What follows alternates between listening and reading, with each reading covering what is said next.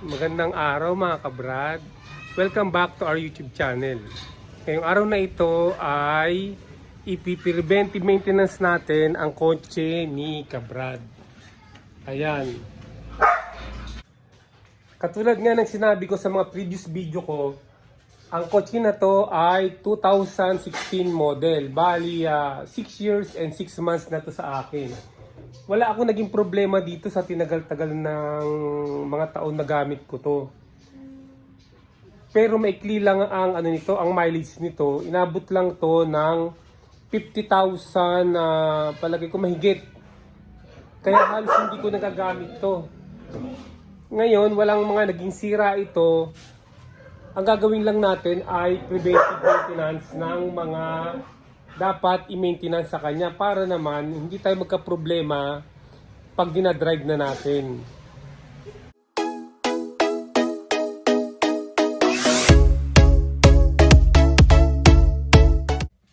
Ipapakita ko sa inyo mga kabrad ang mileage ng kotse natin. Ayan. 50,502 kilometers pa lang. So, ang ikli-ikli lang ng mileage niya. Ang preventive maintenance natin ay yung mga gulong sa harapan. Yung dalawang gulong na magkabilaan. Papalitan na natin ng mga brake pads yan. Yan muna, sa susunod na lang yung sa likuran na brake shoes. Kasi napansin ko malalim na yung tinatapakan ko sa preno. Medyo ibig sabihin ng pudpud na. Titignan natin mamaya kung gano'n na lang kanimpis yun. First time kong bubuksan itong mga preno na to.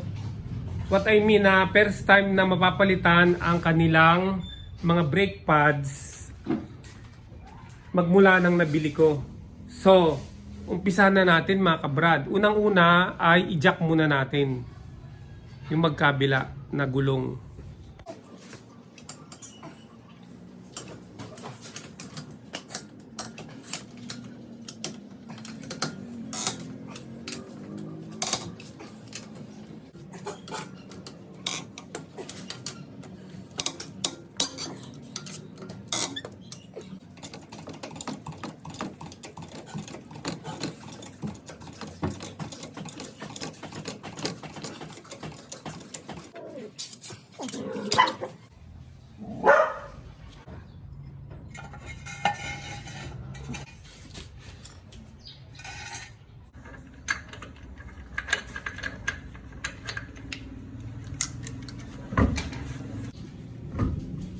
Ngayon, for security reasons, dapat i-question natin yung tinanggal na gulong dito banda.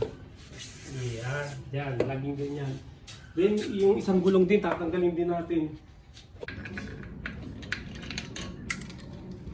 Ngayon, for security reason nga, itong gulong, dun din. Dito din natin po pwesto. Yan. Ayan. So, dito muna tayo sa kaliwang gulong. Pag nakaharap tayo dito sa unahan, ito yung tatanggalin natin, isa. Tapos, ito yung tatanggalin natin. Ito. Ayan. Yan lang naman. Tanggalin na natin. Ito.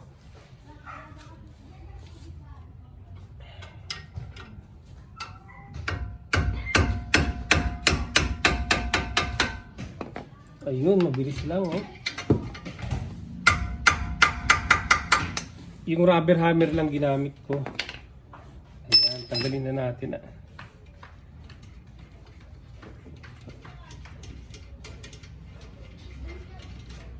Ayan, natanggal ko na yung sa baba. Ayan, natanggal ko na yung sa taas. Natanggalin na natin. Kaya lang, kuha muna tayo ng panali. Ito na yung tali mga kabrad.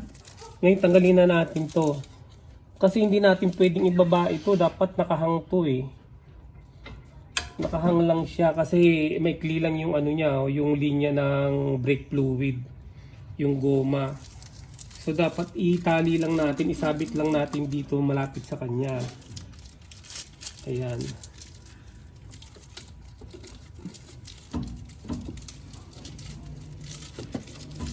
Tali lang natin.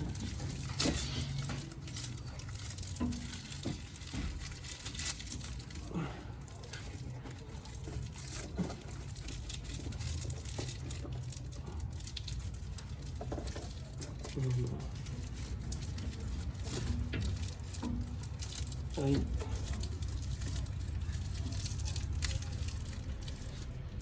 Ayan. Ay, ito oh. Medyo mahaba na rin pala yung ano niya oh, yung lumalabas sa ano niya oh, sa piston niya dito sa caliper. Ayan. Ngayon, tanggalin na natin 'to. Teka muna. Ito yan oh. Unang-unang spring tanggalin natin yung nakakonekta sa mga pad. Ayan, dalawa yan oh. Ayan, ganyan lang kadali.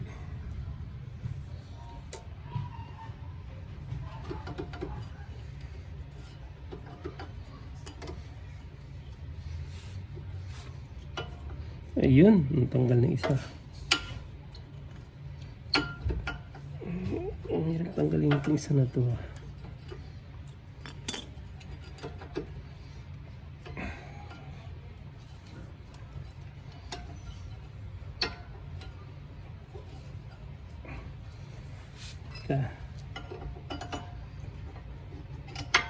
Ayun. O, tignan nyo mga kabrad. Oh, pwede na to oh. Magmula kasi nang nabili tong kotse na to, ganyan kanipis na oh. Oh, medyo makapal pa ng konti, pwede pa, kaya lang dapat ano, palitan na to. Papakita ko sa inyo mamaya yung ano, yung bago. Ito na pala, andito. Ayan. Ito yung bago na binili ko, 3,200 to, ang mahal. Ayan o, Kia Motors Genuine Parts brake pad, yan, ito 3,200. Sabi ko, ba't ang mahal naman? Sabi nila, ano, kasi original parts yan eh. Sabi, hindi yan yung replacement lang eh. Ito yung mga ano niya, nilalagay. Ayan o. Ang kakapal niya pa oh. Oh, tignan nyo oh. Oh. Hawakan mo ito, mami. Tignan nyo yung pinagkaiba ng ano. Pinagkaiba ng manipis sa makapal oh. Ito manipis na, ito makapal pa oh. Ayan, tignan nyo maigi ah. So ito na ilalagay natin. So ilagay na natin ngayon. Pero lagyan muna natin ng dalawang ganito. Dalawa. Dito sa ilalim. Pero tanggalin po muna natin yung dati. Ito yung luma oh. Tanggalin natin yung luma. Ito pa, isa pa. Ngayon, ang recommend ako, pag marumi yung mga parte na to, kung kayo ang gagawa, linisan nyo muna. Since ito, nilinisan ko lagi dati to eh. Parang tinatanggal ko lang yung mga dumi. So medyo malinis naman na. So, hindi na kailangan linisin. Ilagay na natin yung mga clip sa ilalim. Yan. Paano ba to? Ito. Dito muna.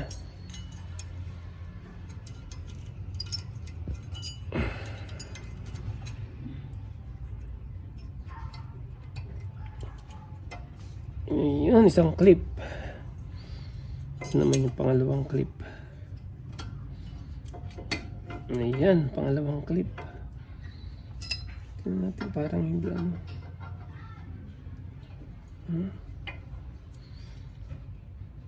Ayan. Ngayon, ilagay na natin ito yung sa likuran. Ito yung sa likod. For sure to.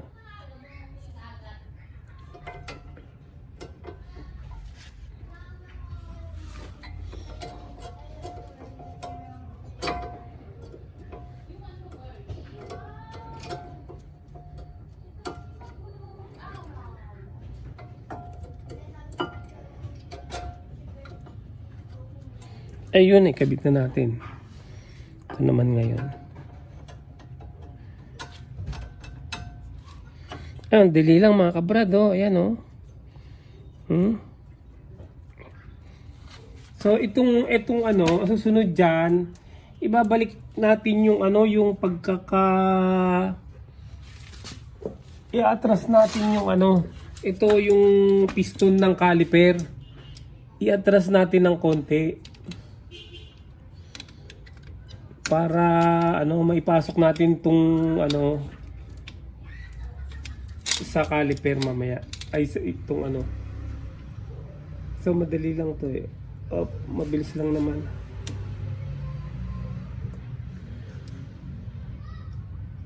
Ayun, ganun lang oh.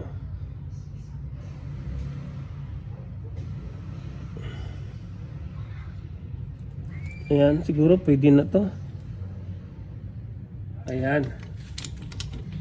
Ganun lang kadali. Ang dali lang Ay, by the way mga kabrad, wala palang clip oh. Wala pala siyang butas dito oh. So hindi na natin ilalagay tong clip na to dito na nakalagay dun sa luma, yung original. Oh. Kaya lang itago natin to. Baka next time makabili tayo yung may butas na. Ito yung butas niya oh. Ito oh, dito yan nakalagay oh. Pero itong bago natin na original wala. Ayan oh, dyan nilalagay yan oh, ganyan. Yan oh.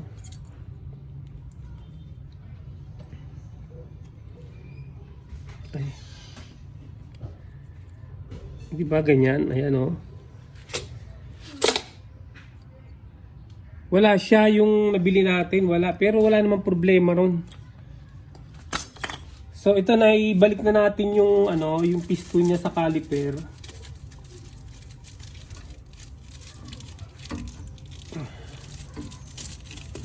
Ibalik na natin to.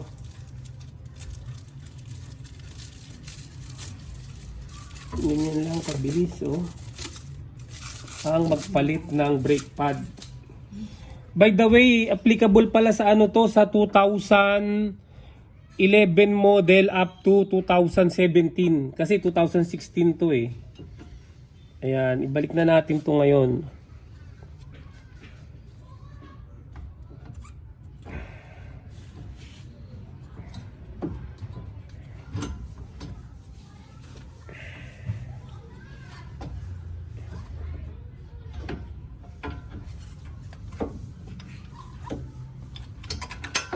Ayun. Ito nga pala mga kabrad. Since wala naman akong nakitang niya, yung parang lubrication niya, ibalik na lang natin na ganito. Di ba hindi naman nalagyan ng lubrication no? Pero yung mga napapanood ko sa YouTube nilalagyan ng lubrication dito. So kung wala siya, ibalik na lang natin. Total malinis pa naman tsaka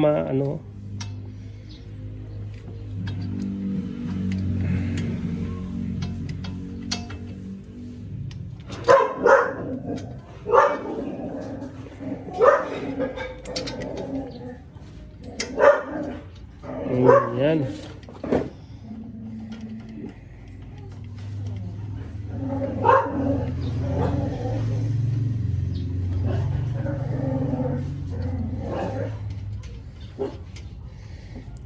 Ayan, ngayon higpitan na natin siya. Higpitan na natin.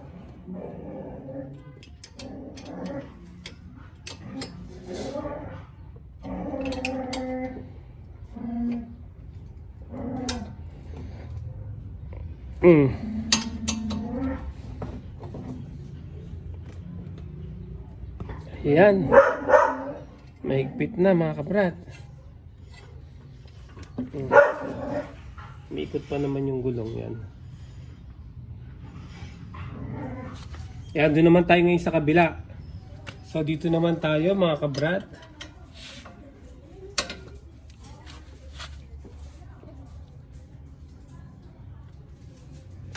Ayun.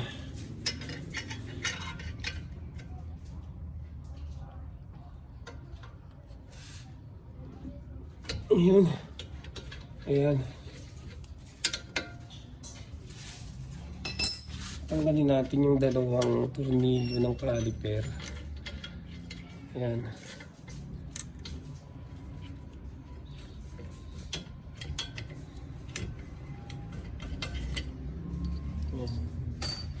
Ngayon, ito na yung panali, nakahanda na. Ihang natin to rito. Ayun.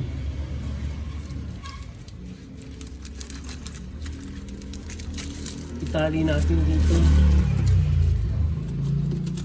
Ayan. Ihang natin siya. Nakahang.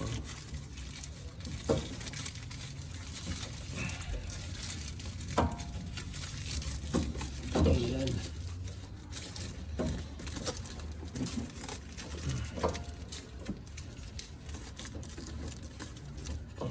Ngayon, tanggalin na natin to. Itong spring, katulad din ng dati, may spring siya. Ayan. Yung original to hindi pa talaga napapalitan to mga kabrad ha. Pero palagay ko, siguro yung unang nilagay yan, hindi talaga makapal yan Diba, nakita nyo naman kung gaano kakapal yung original. Anyway, baka ano lang siguro, baka ganun din kasi, matagal na nga lang naman. 6 years and a half na manipis din mga kabrad, manipis na Then ito, tingnan nyo itong original ulit. Pakita ko ulit ang kapal-kapal Pero 50,000 lang, di ba? 50,000 plus lang naman yung yung mileage niya. So parang nagugulat ako, baka manipis lang talaga pag yung original na yung unang gamit sa preno ang nilalagay. Okay, ilagay na natin to. So walang kabitan to, walang butas dito, walang kabitan ng spring. Kaya lang itago natin yung spring mga kabrad Inuulit-ulit ko kasi baka next time meron na yon yung ipapalit ninyo. Kailanganin yun kung hindi nyo itatabi yun. Ay teka pala, palitan natin tong palitan natin to yung mga luma na ano bang tawag dyan? Ito yung bago Ayan. Ayun, ligpit na. Isa pa.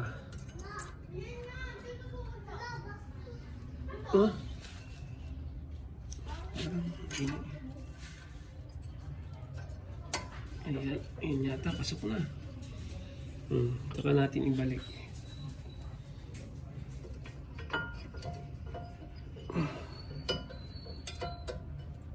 Ayan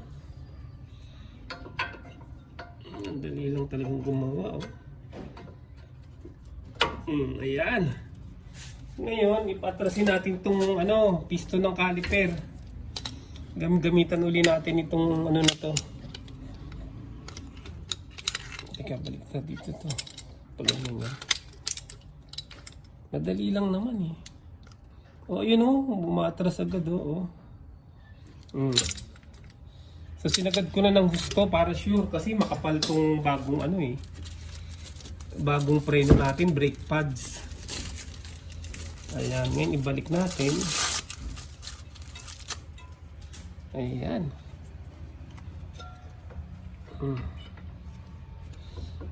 Ganyan lang kadali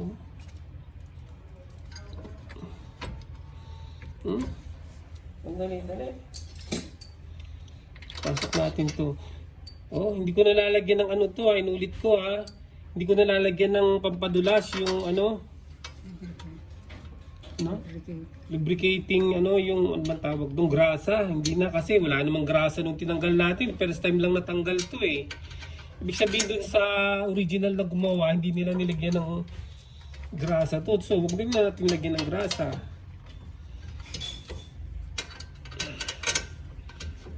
Ayan.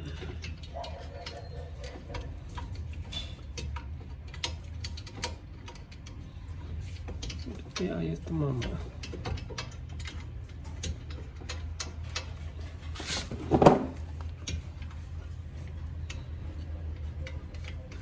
Pumapasok na pala.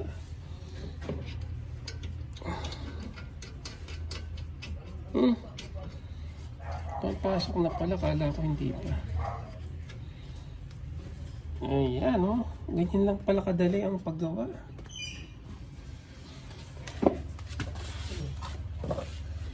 Naamin ko, pinanood ko lang sa ano to mga kabrad sa YouTube. Hindi ko akalain na ano na ganun kadali. Ayan. Ipan nyo lang yung tama. Tansyahin nyo na lang kung wala kayong torque. Ayan. So, ganun lang mga kabrad, kadali. Pero bombahin muna natin yung ano nito. Yung preno para magpit siya. Ayan. Bombahin natin yung preno. Ngayon na mas maganda, i-ano na natin. Start na natin. Ayan. Oh. Saka natin bombahin ngayon. Para ma-sure natin na yung mga piston nagpit na sa mga brake pad. Ayan. So itatry natin, iti-test drive natin kung okay yung gulong natin, kung okay yung mga preno natin. Ibalik muna natin yung mga gulong mga kabrad para ano, para ma-test drive natin.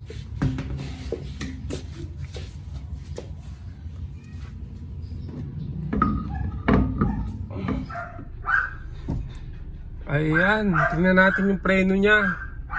Itatry natin kung maganda ba yung preno. Nararamdaman ko na. Ayan oh. Ayun, lakas ng preno.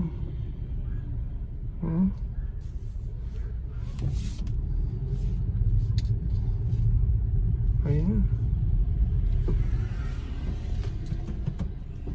Atras.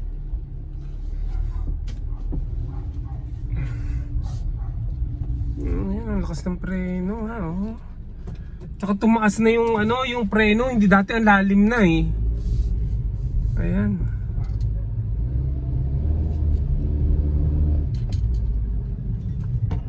Oh, ang lakas oh. Oh, ayan oh.